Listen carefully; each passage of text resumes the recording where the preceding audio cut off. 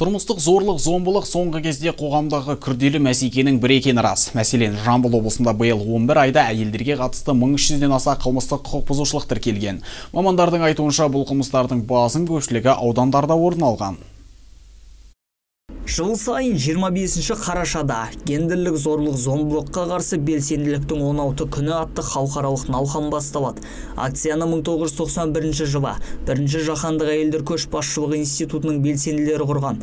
Науқан аясында әйел бейнесі, қоғам бейнесі тақырыбында дөңгелек үстел өтті.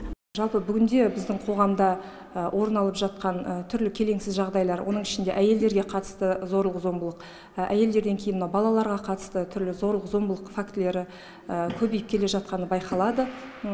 Бұрындары ол мәселе ашық түрде айтылмағанмен, бүгінде түрлі қозғалыстар, түрлі ұйымдар, жекелеген адамдардың тарапынан осы мәселе ашық айтыла бастады. Сондықтан да бүгінгі жиынның да мақсаты осы, оны ашық айтып, қандай мәселе бар, оны шешудің жан-жақты жолдарын қарастыру.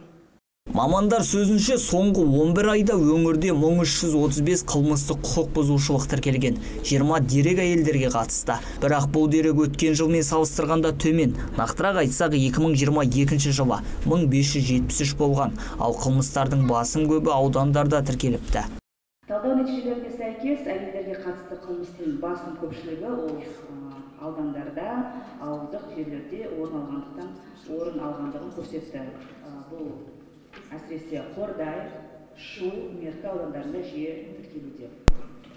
Тіркелген барлық деректер бойынша тұрмыстық қатынастар саласында қылмыс жасауға ықпал ететін себептер мен жағдайларды анықтау мақсатында полиция қызметкерлерімен қызметтік тексерістер жүргізіліп тұрады.